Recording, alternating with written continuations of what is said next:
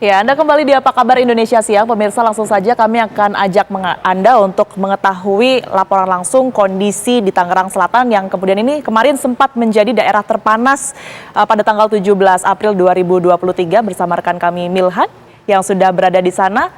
Selamat siang Milhan, kondisi di sekitaran Tangerang Selatan pada siang hari ini seperti apa?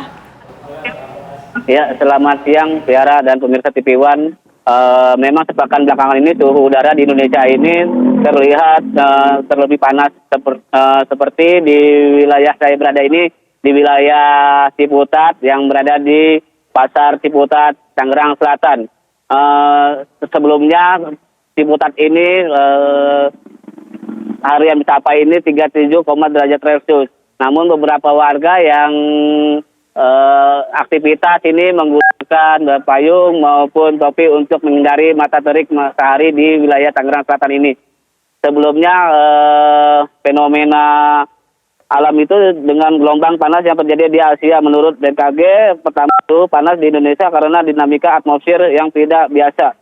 Selain itu juga suhu panas bulan April ini di wilayah Asia ini kilometer lebih dipengaruhi oleh gerak semu matahari. Jadi wilayah Tangerang Selatan ini dinampakkan wilayah terpanas di wilayah Indonesia sendiri, Tiara. Milhan, kalau Anda melihat respon dari masyarakat dengan adanya perubahan suhu sendiri di Tangerang Selatan seperti apa, Milhan? Iya, terlihat dari beberapa masyarakat yang beraktivitas di Pasar Induk Ciputat ini, terlihat masyarakat ini menggunakan topi maupun payung maupun kipas yang digenggam untuk menghindari panas terik matahari di wilayah Ciputat, Tangerang Selatan. Ya, seperti di Pasar Ciputat ini banyak warga yang beraktivitas untuk membeli jual beli ataupun di pasar cabai ini ataupun apa. Dia ini menggunakan topi maupun payung gitu. Tiara. Baik, terima kasih Milhan melaporkan langsung dari Tangerang Selatan, Banten, begitu ya. Ternyata memang masih panas di sana, masyarakat pun sudah mengantisipasi. Kami akan kembali mengajak Anda pemirsa untuk berdialog, berbincang langsung dengan Kepala BMKG Ibu Dwi Korita yang sudah tersambung bersama kami dan juga Dr. Tari di sini. Ibu Dwi masih tersambung bersama kami? Ya. Iya Mbak, siap Mbak. Baik. Ibu, kalau Ada sebelumnya masih. BMKG ini kan pernah menjelaskan bahwa kenaikan suhu ini tidak ada kaitannya dengan gelombang panas Asia 2023. Nah, sebenarnya fenomena ini apa sebutannya Bu, dan kemudian juga perbedaannya sendiri apa?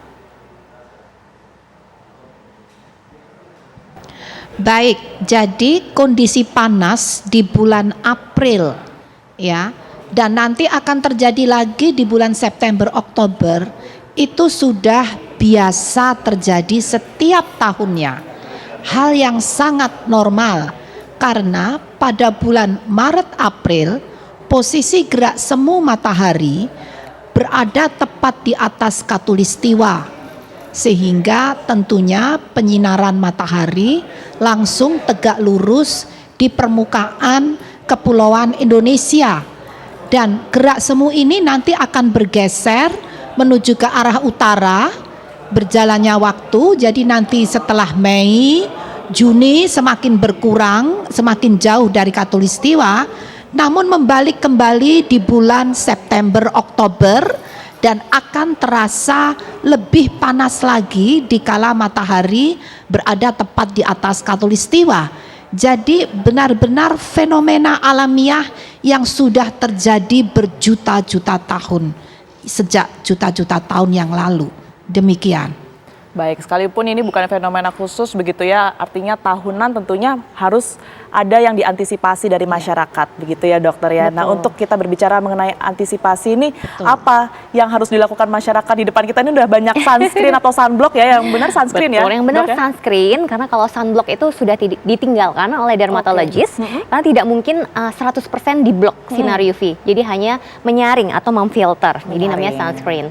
Nah, tadi selain menggunakan proteksi yang sudah proteksi fisik dari kulit kepala hingga ke ujung kaki, kita juga perlu mengoleskan sunscreen di bagian-bagian terutama yang tidak terlindungi.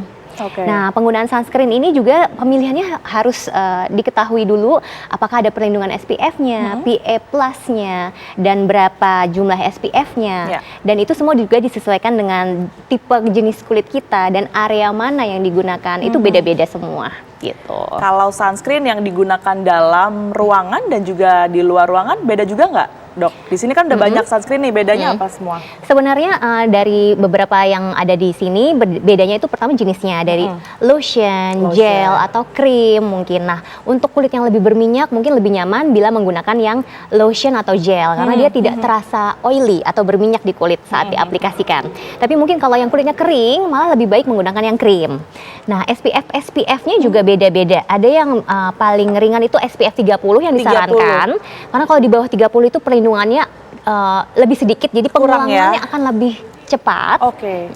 Sedangkan kalau makin di atas 30 dia perlindungannya itu akan lebih lama. Jadi sebenarnya kurang lebih SPF itu adalah jumlah kalau misal kita menggunakan sunscreen, berapa kali lipat sih kulit kita itu bisa menahan kemerahan dibandingkan dengan kalau tidak menggunakan sunscreen. Jadi misalnya kalau SPF 30 artinya bila menggunakan sunscreen, kulit kita akan lebih lama 30 kali dalam menahan kemerahan di kulit saat kena UV gitu.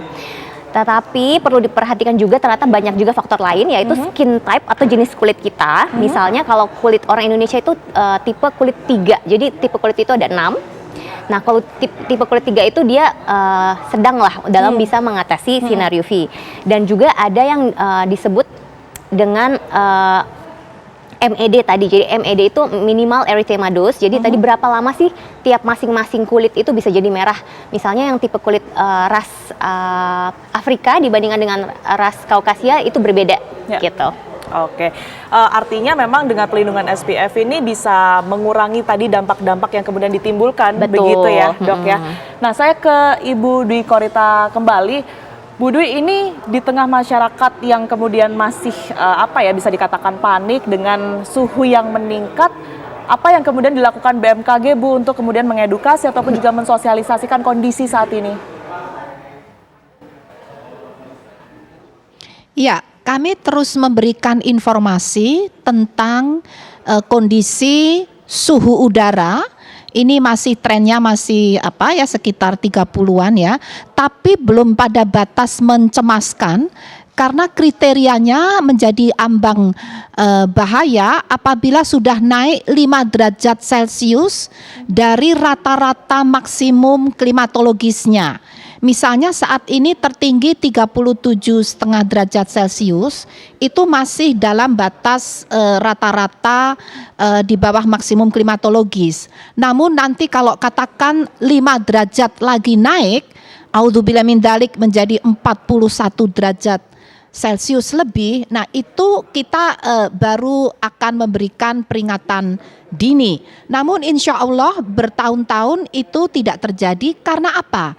Kita wilayah kepulauan Indonesia, ini kepulauan lautannya lebih luas, 60% lebih luas, maka air itu sebagai cooler, pendingin atau radiator, sehingga gelombang panas yang terjadi di benua Asia, daratan yang sangat luas, lautannya jauh lebih minim, itu insya Allah secara alamiah tidak akan terjadi di Indonesia. Dan sekali lagi, ultraviolet itu adalah pancaran sinar matahari yang memang radiasinya harus kita proteksi terhadap kulit kita. Namun tidak perlu panik, cukup ikuti saran dokter. Demikian. Baik, terima kasih Ibu Dwi. Saya kembali ke Dokter Tari nih, kalau misalnya kita melihat kondisi sekarang, artinya yang harus disesuaikan dengan sunscreen yang ada di depan kita ini apa saja selain jenis kulit tadi yang sudah sempat Selain jenis kulit, tadi berhubungan dengan UV index yang sudah disebutkan oleh Ibu Dwi. Jadi memang kita harus mengetahui UV index saat ini itu berapa, itu penting. Di beberapa HP-HP smartphone itu sudah bisa dicek langsung UV index-nya gitu ya? Dan setiap saat itu bisa berubah-ubah. Jadi beberapa dokter menyarankan pengulangan SPF 30 itu tiap 2 jam. Tetapi itu kurang lebih kalau dihitung untuk jenis kulit orang Indonesia itu bila UV index-nya kurang lebih di antara 4 sampai 5. Jadi kalau UV index-nya di atas itu, jadi harus mengaplikasikan ulang itu lebih sering lagi cepat ya. dari 2 jam.